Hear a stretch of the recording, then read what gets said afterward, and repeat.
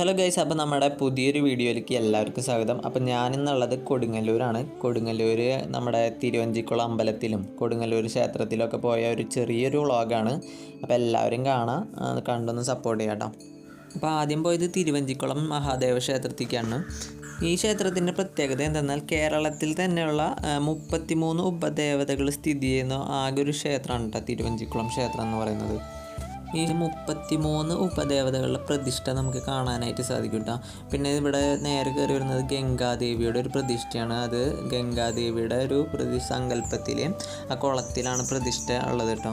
ക്ഷേത്രത്തിലേക്ക് കടക്കുമ്പോൾ തന്നെ ഭയങ്കര ഒരു പോസിറ്റീവ് എനർജി. നമുക്ക് ഗംഗാദേവിനെ തൊഴുതിന് ശേഷം നമ്മൾ നേരെ പോകുന്ന ഒരു കണിക്കൊന്ന മരത്തിൻ്റെ അവിടേക്കാണ് കേട്ടോ. കണിക്കൊന്ന മരം എന്ന് വെച്ചാൽ ആ കണിക്കൊന്ന മരത്തിൻ്റെ കീഴിലിരുന്ന് പരശുരാമൻ തപസ് ചെയ്യുമ്പോൾ ശിവൻ പ്രത്യക്ഷപ്പെട്ടിട്ട് ഭഗവാനെ പരശുരാമൻ അവിടെ ആവാഹിച്ചിരുത്തിയതാണെന്ന് പറയപ്പെടുന്നു. പിന്നെ ഇവിടെ പ്രസിദ്ധമായ പള്ളിയറപ്പൂജ ദിവസേന നടക്കുന്നൊരു അമ്പലം കൂടിയാണിത്. അപ്പം അങ്ങനെ ഞാൻ അമ്പലത്തിൽ നിന്ന് തൊഴുത് നേരെ ഇറങ്ങി. എല്ലാം അങ്ങനെ കുറേ തൊഴാനുണ്ട് അമ്പലത്തിൽ. ശേഷം ഞങ്ങൾ നേരെ നടന്നിട്ട് നമ്മുടെ തിരുവഞ്ചിക്കുളം ക്ഷേത്രത്തിൻ്റെ ഫ്രണ്ടിൽ തന്നെയുള്ള ഒരു കൈലാസ ഹോട്ടലിൽ നിന്നിട്ടാണ്. ഒരു അടിപൊളി ഹോട്ടലാണ്. ചെറിയ ഹോട്ടലാണെങ്കിലും വളരെ നീറ്റ് ആൻഡ് ക്ലീൻ ഹോട്ടലാട്ടത്. അപ്പോൾ അവിടെ പോയിട്ട് മസാല ദോശ ഓർഡർ ചെയ്തു. എൻ്റെ ജീവിതത്തിൽ ആദ്യമായിട്ടാണ് ഇത്ര ടേസ്റ്റുള്ള ഒരു മസാല ദോശ കഴിക്കുന്നത്. അടിപൊളി മസാല ദോശയായിരുന്നു കേട്ടോ അവിടുത്തെ. ഇവിടുത്തെ മസാല ദോശയുടെ ഒപ്പം നമുക്ക് കിട്ടുന്നത് സാമ്പാർ, പിന്നെ ചട്നി, ചമ്മന്തിയൊക്കെ നമുക്ക് കിട്ടും കേട്ടോ. അപ്പോൾ എല്ലായിടത്തും പോലെ തന്നെ, പക്ഷേ പ്രത്യേക ഒരു ടേസ്റ്റാണ് കേട്ടോ. സാധാരണ കടകളിൽ നിന്ന് നമ്മൾ കഴിക്കണ പോലെയല്ല, ഒരു പ്രത്യേക ടേസ്റ്റ് ആയിരുന്നു ഇവിടുത്തെ മസാല ദോശയ്ക്ക്. അപ്പോൾ നിങ്ങൾ ആരെങ്കിലും ഇതുവഴി വരുന്നുണ്ടെങ്കിൽ തന്നെ ഒന്ന് ട്രൈ ചെയ്തോളൂ കേട്ടോ.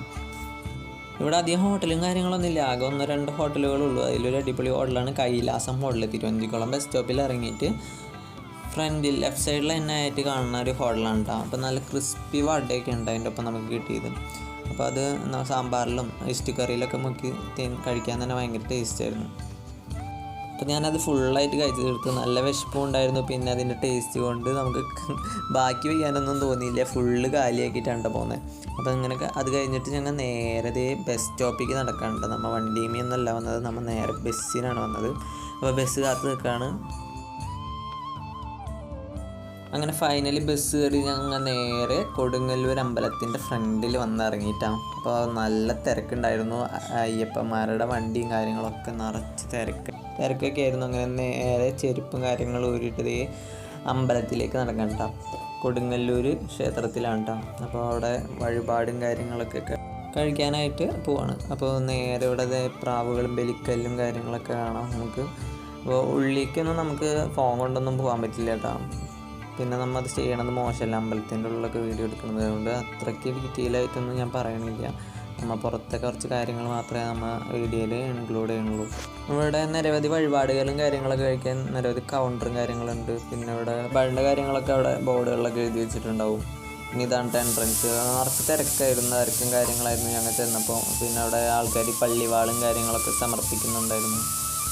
അങ്ങനെ ഞാൻ ഫൈനലി അമ്പലത്തിൻ്റെ ഉള്ളിൽ കയറി തൊഴുത് പുറത്തേക്ക് ഇറങ്ങിയപ്പോൾ അപ്പോൾ നമുക്ക് പുറത്ത് ഒരു പ്രതിഷ്ഠ കാണാനായിട്ട് സാധിക്കും. അത് തവിട്ട് മുത്തി എന്ന് പറഞ്ഞ ഒരു പ്രതിഷ്ഠയാണ്. അവിടെ നമുക്ക് തവിട് തലക്ക് കഴിഞ്ഞിട്ട് അവിടെ സമർപ്പിക്കാം, അങ്ങനെയാണ്.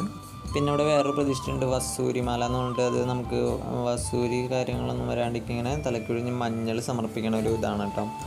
പിന്നെ നമ്മൾ കൊടുങ്ങല്ലൂർ അമ്പലത്തിനെ കുറിച്ച് പ്രത്യേകിച്ച് പറയേണ്ട കാര്യമില്ല. കൊടുങ്ങല്ലൂർ താലപ്പൊലിയും കാര്യങ്ങളൊക്കെ ഫേമസ് ആണ്. പിന്നെ പ്രത്യേകിച്ച് ഞാൻ പറയേണ്ടതില്ല. പിന്നെ ഞാൻ പറഞ്ഞതിൽ എന്തെങ്കിലും തെറ്റ് ക്ഷമിക്കണം. അപ്പോൾ ഫൈനലി നമ്മൾ എല്ലാ പരിപാടിയും കഴിഞ്ഞ് വീട്ടിലേക്ക് പോകും.